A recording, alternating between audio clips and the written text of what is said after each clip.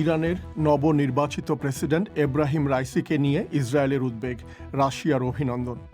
জাতিসংঘে মিয়ানমার সংক্রান্ত প্রস্তাবে বাংলাদেশ ভোটদানে বিরত থাকায় রোহিঙ্গাদের প্রত্যাবাসনের উপর কি কোনো প্রভাব পড়বে? ওয়েস্টার্ন কান্ট্রিজ যতটা সোচ্চার মায়ানমারের ডেমোক্রেসির জন্য, ঠিক অতটা কিন্তু রোহিঙ্গা রিপ্যাট্রিয়েশন নিয়ে ওরা কথা বলেনি। তো ওইখানে আমরা একটা বিরাট গ্যাপ দেখতে পাচ্ছি। বাংলাদেশে করোনা ভাইরাসে গত 24 ঘন্টায় 82 জনের মৃত্যু, শুধু খুলনাতেই মারা গেছে 32 জন। পরিস্থিতি কতটা উদ্বেগজনক শুনবো সে সম্পর্কে। এসব নিয়েই শুরু হচ্ছে বিবিসি বাংলার প্রবাহ।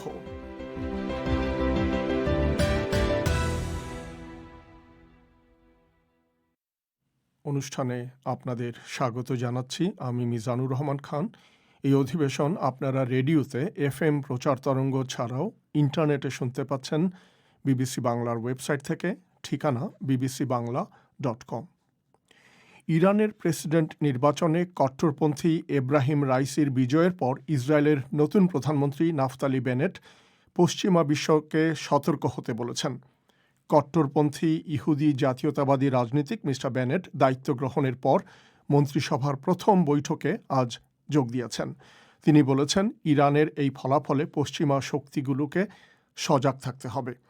ইরানের প্রেসিডেন্ট নির্বাচনে প্রধান বিচারপতি এব্রাহিম রাইসিকে শনিবার বিজয়ী ঘোষণা করা হয়। রুশ প্রেসিডেন্ট পুতিন তাকে অভিনন্দন জানিয়েছেন। আরও শুনুন সাইয়েদা আক্তারের কাছে। ইরানের প্রেসিডেন্ট হিসেবে এব্রাহিম রাইসিকে বিজয়ী ঘোষণার পর ইসরায়েল বলেছে এ বিষয়ে আন্তর্জাতিক সম্প্রদায়ের উদ্বিগ্ন হওয়া উচিত। ইসরায়েলি পররাষ্ট্র মন্ত্রণালয়ের একজন মুখপাত্র লিওর হাইয়াত বলেছেন, ইরানে এখনও পর্যন্ত যারা প্রেসিডেন্ট হয়েছেন তাদের মধ্যে মিস্টার রাইসি সবচেয়ে কট্টর। তিনি সতর্ক করে দিয়েছেন যে এরকম একজন নেতার নেতৃত্বে ইরান তার পরমাণু কর্মসূচি আরও বৃদ্ধি করবে। এব্রাহিম রাইসি ইরানের বিচার বিভাগের প্রধান। তার মতাদর্শ অতিরক্ষণশীল। তার বিরুদ্ধে যুক্তরাষ্ট্রের নিষেধাজ্ঞা রয়েছে। অগস্ট মাসে তার ইরানের প্রেসিডেন্ট হিসেবে দায়িত্ব নেওয়ার কথা রয়েছে। নির্বাচনে বিজয়ী হওয়ার পরই তিনি ইরানের জনগণের প্রতি কৃতজ্ঞতা প্রকাশ করেছেন। বলেছেন, সরকারের প্রতি জনগণের বিশ্বাস বাড়াতে তিনি কাজ করে যাবেন। এরই মধ্যে ইসরায়েলের প্রধানমন্ত্রী হিসেবে দায়িত্ব গ্রহণের পর দেশটির মন্ত্রিসভার বৈঠকে সভাপতিত্ব করেছেন কট্টরপন্থী ইহুদি জাতীয়তাবাদী রাজনীতিক নাফতালি বেনেট। এব্রাহিম রাইসের নির্বাচিত হওয়ায় তিনিও উদ্বেগ প্রকাশ করেছেন।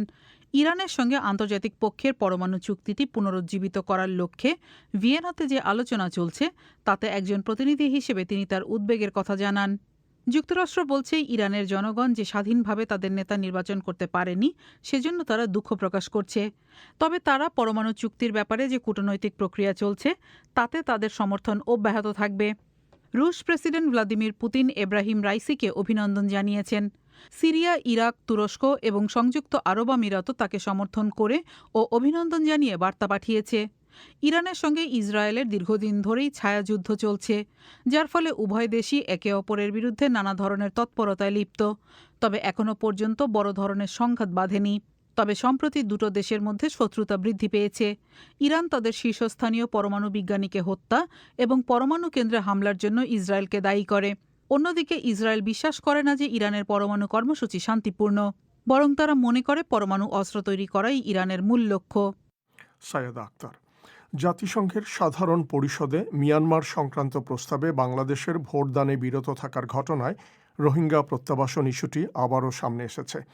মিয়ানমারের কাছে অস্ত্র বিক্রি নিষিদ্ধ করার আহ্বান জানিয়ে শুক্রবার সাধারণ পরিষদ যে প্রস্তাব পাশ করেছে, বাংলাদেশ তাতে ভোট দেয়নি।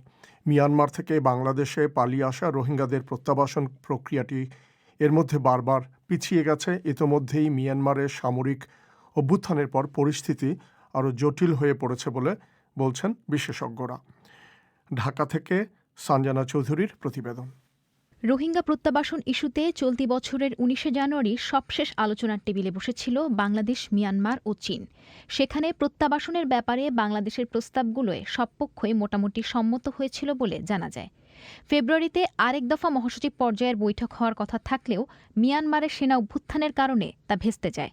আশা করা হচ্ছিল এবারে জাতিসংঘের সাধারণ পরিষদে প্রত্যাবাসন নিয়ে আলোচনা হবে, কিন্তু সেখানে রোহিঙ্গা সংকটের ইস্যুটি পাশ কাটিয়ে যাওয়া আন্তর্জাতিক মহলের আগ্রহের অভাবকেই ফুটিয়ে তুলছে বলে মনে করছেন ঢাকা বিশ্ববিদ্যালয়ের আন্তর্জাতিক সম্পর্ক বিভাগের শিক্ষক আমেনা মহসিন। ওয়েস্টার্ন কান্ট্রিজ যতটা সোচ্চার মায়ানমারের ডেমোক্রেসির জন্য, ঠিক অতটা কিন্তু রোহিঙ্গা রিপ্যাট্রিয়েশন নিয়ে ওরা কথা বলেনি বা মায়ানমার রেজিমকে সে ধরনের তারা চাপে ফেলেনি। তো ওইখানে আমরা একটা বিরাট গ্যাপ দেখতে পাচ্ছি, যে ওই গ্লোবাল প্রেশারটা আমি দেখতে পাচ্ছি না। রিজনাল লেভেলেও দেখছি যে যে যে তার তার অবস্থান নিয়ে ব্যস্ত, কিন্তু এটার ইম্প্যাক্টটা শুধু বাংলাদেশে না, এটার ইম্প্যাক্টটা রিজনালিও পড়বে, গ্লোবালিও পড়বে। কিন্তু জাতিসংঘের সাধারণ পরিষদে মূলত মিয়ানমারের সামরিক জান্তাকে নিন্দা জানিয়ে দেশটির কাছে অস্ত্র বিক্রি নিষিদ্ধ করার আহ্বান জানিয়ে প্রস্তাব পাশ হয়েছে। সেখানে রোহিঙ্গা সংকটের বিষয়টি সামনে না আনায় ভোট দেয়া থেকে বিরত ছিল বাংলাদেশ। এর ব্যাখ্যায় বাংলাদেশের স্থায়ী মিশন বিবৃতিতে তারা জানিয়েছে যে রোহিঙ্গাদের নিরাপদ, টেকসই ও মর্যাদাপূর্ণ প্রত্যাবাসন শুরুর বিষয়টি উত্থাপন না করা হতাশাজনক। আন্তর্জাতিক সম্প্রদায়ের এমন ভূমিকার কারণে মিয়ানমার প্রত্যাবাসন শুরু করতে দায়বদ্ধতা অনুভব করবে না বলেও ওই বিবৃতিতে জানানো হয়। এর বাইরে বাংলাদেশের পররাষ্ট্র মন্ত্রণালয় বা শরণার্থী ত্রাণ ও প্রত্যাবাসন কমিশনের কাছ থেকে কোনো তথ্য পাওয়া যায়নি। তবে জাতিসংঘের প্রস্তাবে বাংলাদেশের ভোটদানে বিরত থাকাকে দুর্বলতার বহিঃপ্রকাশ বলে মনে করছেন মিয়ানমারে বাংলাদেশের সাবেক সামরিক অ্যাটাশে শাহিদুল হক। তার মতে, আইনগতভাবে জাতিসংঘের এই প্রস্তাব মানা বাধ্যতামূলক না হলেও এর রাজনৈতিক গুরুত্ব আছে।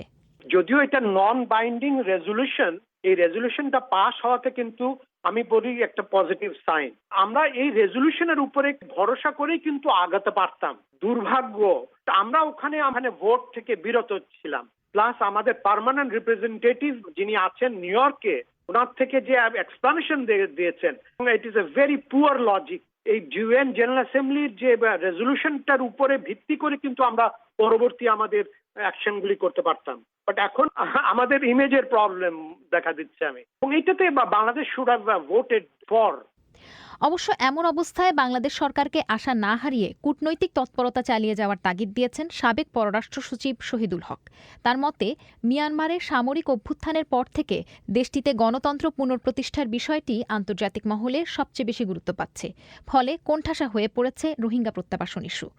তবে অং সান সুচির দল, এনএলডি ও বিরোধী দলগুলো হঠাৎ করেই রোহিঙ্গাদের অধিকারের স্বীকৃতি দেয়ায় বিষয়টি নতুন করে আশার সঞ্চার করেছে। যে রাজনীতিকরা এতদিন রোহিঙ্গাদের বিন্দুমাত্র স্বীকৃতি দেয়নি, এখন তারাই ১৯৮২ সালের বিতর্কিত নাগরিকত্ব আইন, যেখানে রোহিঙ্গাদের অধিকার হরণ করা হয়েছিল, সেটি বিলোপের অঙ্গীকার করেছে। এক্ষেত্রে সামরিক সরকার সরে এনএলডি ও বিরোধীদের নিয়ে জাতীয় মোর্চা ক্ষমতায় এলে রোহিঙ্গা প্রত্যাবাসন শুরু হতে পারে বলে মনে করছেন মিস্টার হক। প্রত্যাবাসন বিষয়টি এখন বেশ একটু শ্লথ হয়ে গেছে। মিয়ানমার গভর্নমেন্ট আসলে কখনই রোহিঙ্গাদের ফিরিয়ে নেওয়া যাওয়ার ব্যাপারে সিরিয়াস ছিল না। ইন্টারন্যাশনাল কমিউনিটি রোহিঙ্গা ইস্যুতে তাদের দেখভালের বিষয় ছাড়া অন্যান্য বিষয় খুব একটা সিরিয়াস কখনই ছিলেন না। এটার পেছনে হয়তো ন্যাশনাল ইন্টারেস্ট থাকতে পারে, ওনাদের বিজনেস ইন্টারেস্ট থাকতে পারে মিয়ানমারে।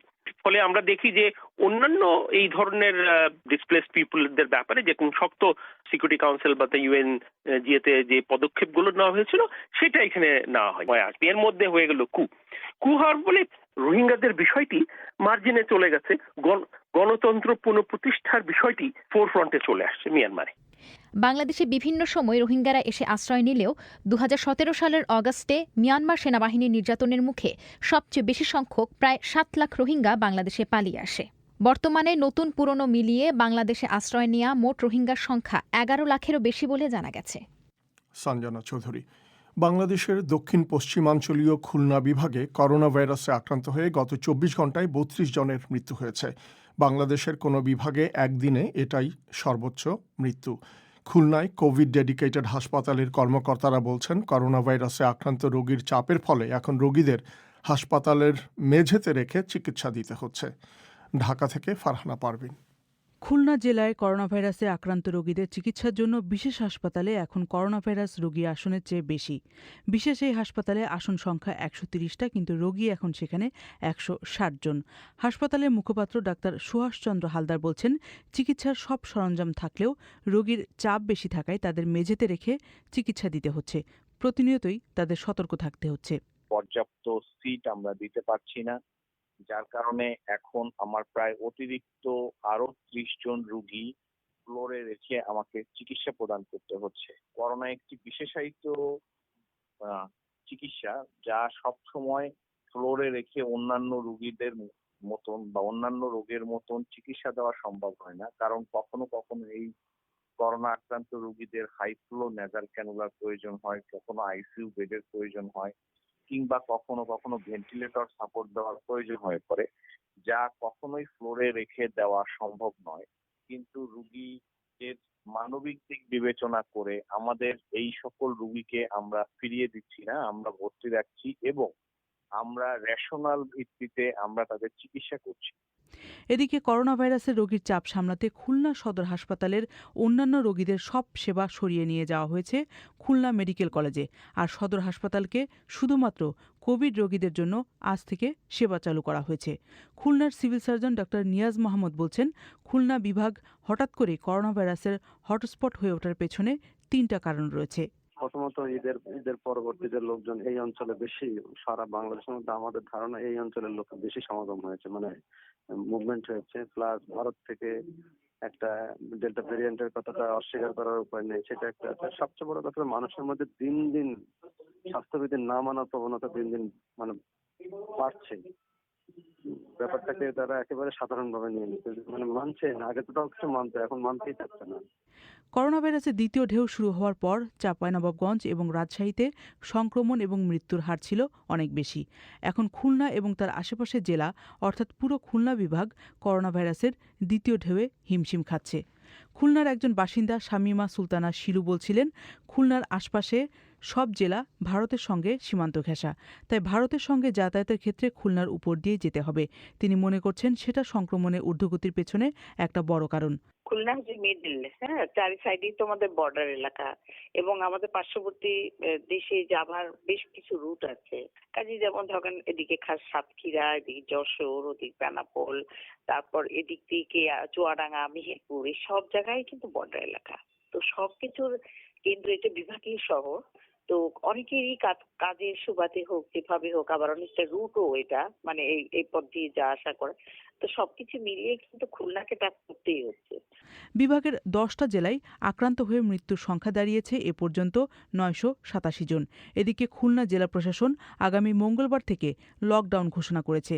স্থানীয় প্রশাসন থেকে বলা হচ্ছে, মঙ্গলবার থেকে আগামী 7 দিন অন্যান্য জেলার সাথে বিচ্ছিন্ন থাকবে খুলনা জেলা। ফারহানা পারভিন এখন ঢাকা স্টুডিও থেকে যোগ দিচ্ছেন। ফারহানা, আজ স্বাস্থ্য অধিদপ্তর যে তথ্য দিয়েছে তাতে দেখা যাচ্ছে যে গত 24 ঘন্টায় সারা দেশে 82 জন মারা গেছে, খুলনায় 32 জন, এবং এই যে 82 জন মারা গেছে এটা গত 1.5 মাসের মধ্যে সর্বোচ্চ। তো বাংলাদেশে করোনা ভাইরাসে মৃত্যুর সংখ্যা কমে গিয়েছিল মাঝখানে, এখন আবার মনে হয় বাড়ছে। এটা কতটা উদ্বেগজনক? এটা উদ্বেগজনক মিজান, এটা উল্লেখ করেছেন আজকে স্বাস্থ্য অধিদপ্তরের যিনি মুখপাত্র অধ্যাপক নাজমুল ইসলাম। তিনি আজকে বলেছেন যে এটি উদ্বেগজনক এবং তিনি আশঙ্কাও করেছেন বেশ কিছু বিষয় নিয়ে। আজকে দুপুরে যখন নিয়মিত স্বাস্থ্য বুলেটিন হয়েছে স্বাস্থ্য অধিদপ্তরে, সেখানে তিনি এসব কথা উল্লেখ করেছেন। তিনি বলেছেন যে আশঙ্কার জায়গাটা হলো যে মৃত্যুর সংখ্যাটা বাড়ছে এবং এই সংখ্যাটা হচ্ছে 46% মৃত্যুর হার বৃদ্ধি পেয়েছে বলে তিনি উল্লেখ করেছেন সে সময়।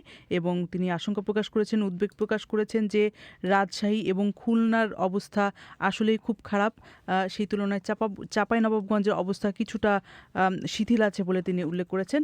এছাড়া আপনি জানেন যে গত 2-3 দিন ধরে 18% হার, শনাক্তের হার 18%তে এসেছে, যেটা সপ্তাহখানেক আগেও 12% ছিল। অর্থাৎ এই যে করোনা ভাইরাসের শনাক্তের হার এবং মৃত্যু দুটোই বৃদ্ধি পাচ্ছে, এটি নিয়ে স্বাস্থ্য অধিদপ্তরই উদ্বেগ প্রকাশ করেছে। আপনাকে অনেক ধন্যবাদ। ঢাকা থেকে বলছিলেন ফারহানা পারভিন। আপনারা শুনছেন বিবিসি বাংলার প্রবাহ। এবারে মানুষী বড়ুয়ার কাছে বিশ্বের আরও কিছু খবর। আর্মেনিয়ায় নতুন পার্লামেন্ট নির্বাচনের জন্য ভোট গ্রহণ চলছে, যাতে ক্ষমতাসীন প্রধানমন্ত্রী নিকল পাশিনিয়ান এবং সাবেক প্রেসিডেন্ট রবার্ট কোচারিয়ানের হাড্ডাহাড্ডি লড়াই হবে বলে জনমত জরিপগুলোতে আভাস পাওয়া যাচ্ছে।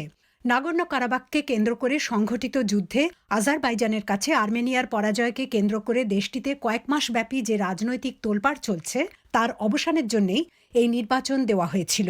নাগর্ন কারাবাখ ও তার আশপাশের ভূখণ্ড হারানোর জন্য আর্মেনিয়ার বিরোধী দলগুলো মিস্টার পাশিনিয়ানকে দায়ী করে তার পদত্যাগ দাবি করলেও তিনি এই নির্বাচনে আবারও দেশ শাসনের ম্যান্ডেট পাবেন বলে আশা করছেন। আফগানিস্তানে ক্রমবর্ধমান সহিংসতার মধ্যে তালেবানের ডেপুটি প্রধান মোল্লা আব্দুল গানি বারাদার বলছেন তার সংগঠন শান্তি আলোচনা চালিয়ে যাবার প্রতি অঙ্গীকারাবদ্ধ। মিস্টার বারাদার বলেছেন, তার ভাষায় একটি প্রকৃত ইসলামী শাসন পদ্ধতি দেশে সংঘাত অবসান এবং নারী ও সংখ্যালঘুদের অধিকার রক্ষার একমাত্র পথ। এমন সময় তিনি একথা বলেন যখন কাতারে চলতে থাকা সরকার ও তালেবানের মধ্যেকার শান্তি আলোচনার অচল অবস্থা নিয়ে কর্মকর্তারা উদ্বিগ্ন। ভারতে করোনা ভাইরাসের দৈনিক সংক্রমণ ক্রমাগত কমতে থাকায় বেশ কয়েকটি রাজ্য বিধিনিষেধ আরও শিথিল করার কথা ঘোষণা করেছে। রাজধানী দিল্লিতে কর্তৃপক্ষ সোমবার থেকে সরকারি পার্ক এবং উদ্যানগুলো খোলার অনুমতি দিয়েছে। উত্তরপ্রদেশ রাজ্যে কোভিড আক্রান্ত এলাকাগুলো ছাড়া অন্যত্র সকল দোকানপাট এবং বাজার সাপ্তাহিক ছুটির দিন ছাড়া খোলা রাখা যাবে। তেলেঙ্গানা রাজ্যে 1 জুলাই থেকে স্কুল কলেজ খুলে দেওয়া হবে। মার্কিন যুক্তরাষ্ট্রের অনুদান হিসাবে দেওয়া করোনা ভাইরাসের টিকার চালান নিয়ে একটি বিমান তাইওয়ানে অবতরণ করার পর দেশটি একে স্বাগত জানিয়ে দুই দেশের দৃঢ় বন্ধুত্বের দৃষ্টান্ত হিসাবে বর্ণনা করেছে। যুক্তরাষ্ট্র তাইওয়ানকে 25 লক্ষ ডোজ মডার্নার টিকা দিচ্ছে, যা তাদের আগেকার প্রতিশ্রুতি 3 গুণ। লিবিয়ায় জাতীয় ঐক্যের সরকারের প্রধানমন্ত্রী বলছেন, দেশটির পূর্ব ও পশ্চিমাঞ্চলের মধ্যে সংযোগ রক্ষাকারী উপকূলীয় প্রধান একটি সড়ক আজ রবিবার খুলে দেওয়া হচ্ছে। আব্দুল হামিদ দেবাইবা টুইট করে বলেছেন, জাতিসংঘ সমর্থিত সরকার এবং জেনারেল খলিফা হাফতারের নেতৃত্বে বিদ্রোহী বাহিনীর মধ্যে যুদ্ধবিরতি সমঝোতার অংশ হিসাবে সড়কটি খুলে দেওয়া হচ্ছে। টোকিও অলিম্পিক্সে অংশ নেয়ার জন্য জাপানে গিয়ে পৌঁছানোর পর একজন বিদেশি অ্যাথলেটের শরীরে করোনা ভাইরাস শনাক্ত হয়েছে। বিদেশি কোনো টিমে এটাই প্রথম করোনা ভাইরাসের সংক্রমণ। আক্রান্ত এই অ্যাথলেট উগান্ডার অলিম্পিক দলের সদস্য এবং তাকে কোয়ারেন্টিনে রাখা হয়েছে। মানসী বড়ুয়া। এবারে খেলার খবর।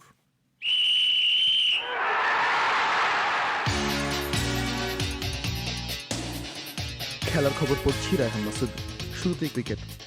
গ্রস আইলেটে ওয়েস্ট ইন্ডিজ ও দক্ষিণ আফ্রিকার মধ্যে একটি টেস্ট ম্যাচে দক্ষিণ আফ্রিকা ওয়েস্ট ইন্ডিজের বিপক্ষে 149 রানের লিড নিয়েছে। প্রথম ইনিংসে দক্ষিণ আফ্রিকা 298 রান তোলে। জবাবে 149 রানে অল আউট হয়ে যায় স্বাগতিক West Indies. We want Mulder 1 run দিয়ে 3টি উইকেট নিয়েছেন। 2টি করে উইকেট নিয়েছেন কাগিসো রাবাদা, লুঙ্গিয়েন গিদি ও কেশব মহারাজ। ওদিকে সাউদাম্পটনে চলছে নিউজিল্যান্ড ও ভারতের মধ্যে টেস্ট চ্যাম্পিয়নশিপের ফাইনাল, যেখানে দিনের শুরুতেই অধিনায়ক বিরাট কোহলি ও আজিঙ্কা রাহানেকে হারিয়েছে ভারত। কাইল জেমিসন 3টি উইকেট নিয়েছেন। এবারে ফুটবল। কোপা আমেরিকায় আগামীকাল বাংলাদেশ সময় ভোরে 2টি ম্যাচ আছে। ভেনেজুয়েলা ও ইকুয়েডর মুখোমুখি হবে ভোর 3টায়, কলম্বিয়া ও পেরু মুখোমুখি হবে 6টায়। ইউরোর খবর। আজ রাতে ইউরো চ্যাম্পিয়নশিপে মুখোমুখি হচ্ছে ইতালি ও ওয়েলস। বাংলাদেশ সময় রাত 10টায় শুরু হবে এই খেলা। ইউরোতে এখন পর্যন্ত সবচেয়ে নিখুঁত খেলেছে ইতালি। 2 ম্যাচে 6টি গোল করেছে, হজম করেনি 1টি গোলও।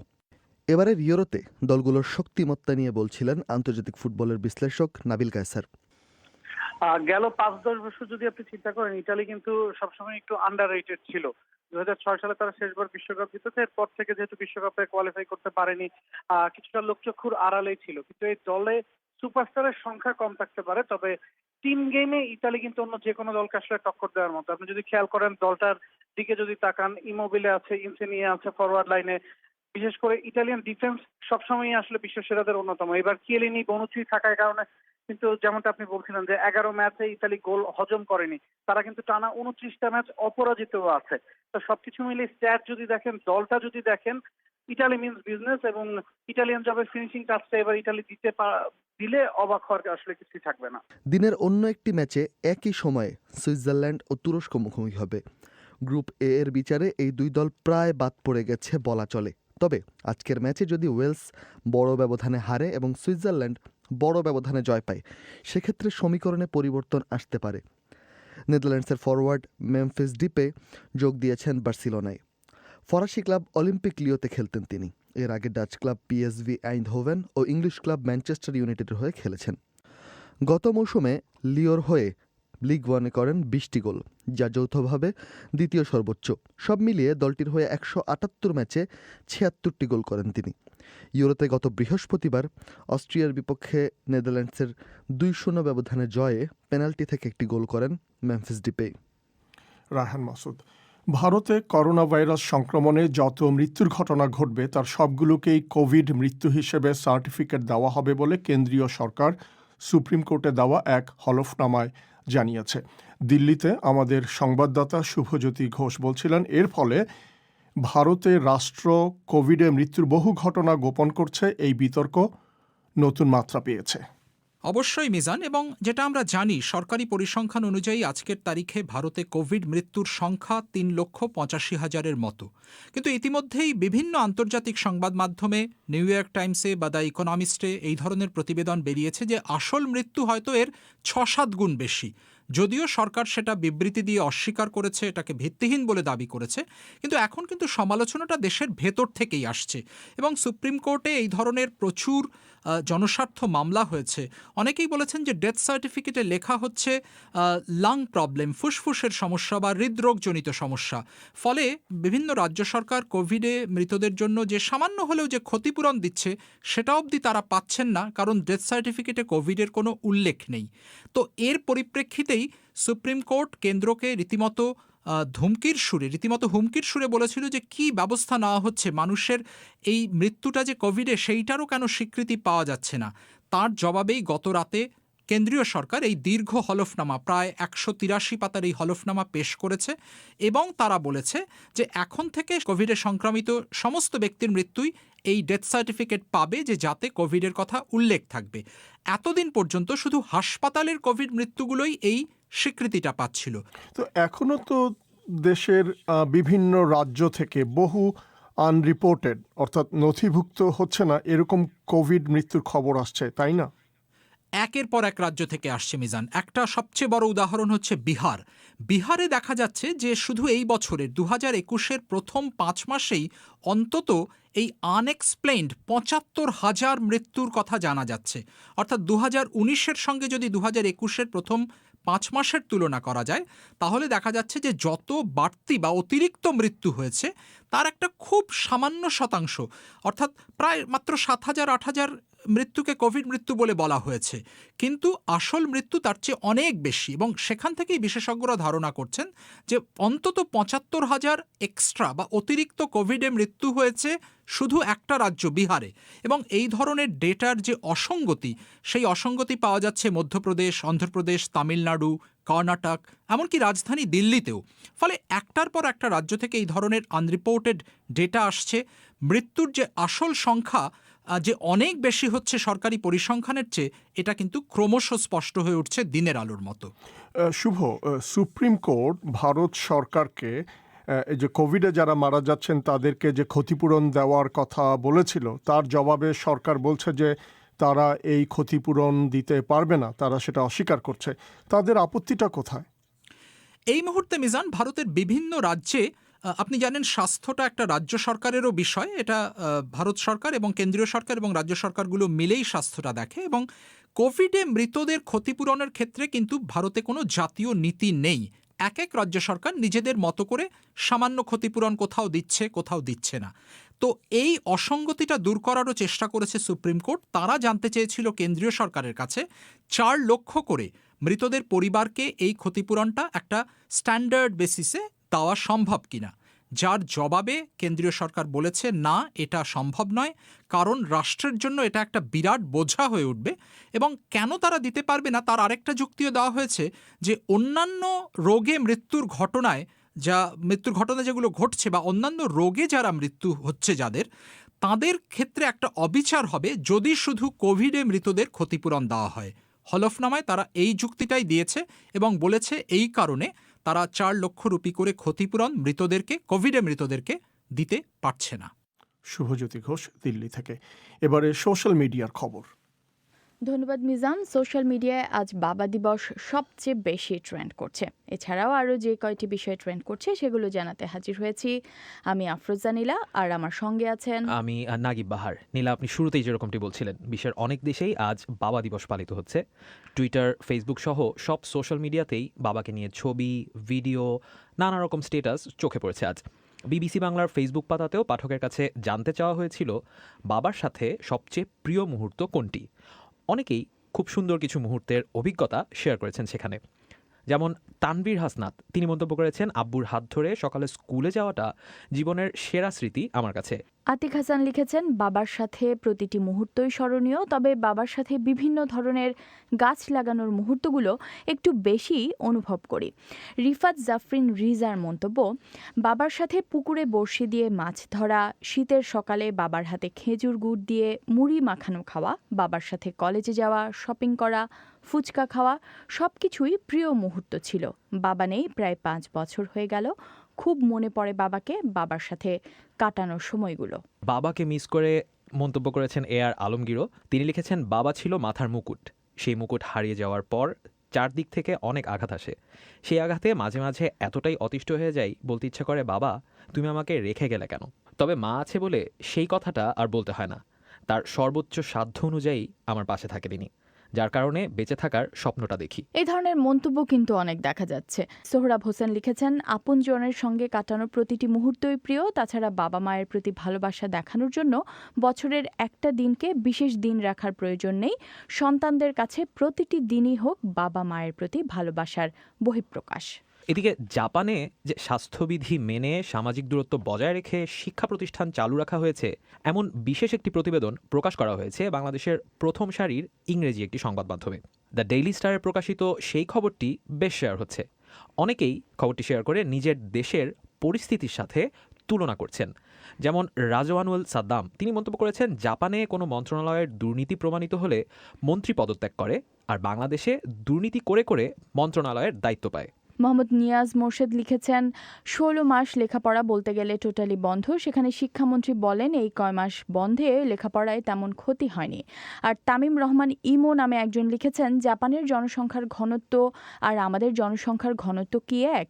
জাপানিরা যেভাবে কঠোরভাবে আইন মানতে বাধ্য, আমাদের দেশে কি এর 1% আছে? সাইফুল ইসলাম পাটোয়ারি লিখেছেন, ভারত যেহেতু পার্শ্ববর্তী দেশ, সেখানে খুলে না, তাই আমাদের দেশেও খুলে না। কোথায় জাপান আর কোথায় বাংলাদেশ? ছোটবেলায় একটা গল্প পড়েছি, সেখানে বলা ছিল আমাদের দেশে নতুন কিছু আবিষ্কার করতে পারে না, কেবল পুরাতনটাই ঠিক বা মেরামত করতে পারে। জাপান নতুন নতুন জিনিস আবিষ্কার করে, তাদের সাথে কি আমাদের তুলনা হয়? দেখা যাচ্ছে যে শিক্ষা প্রতিষ্ঠান খুলবে কি খুলবে না, এই নিয়ে যে দ্বিমত আছে মানুষের মধ্যে, সেটি কিন্তু আবারও প্রকাশ পাচ্ছে।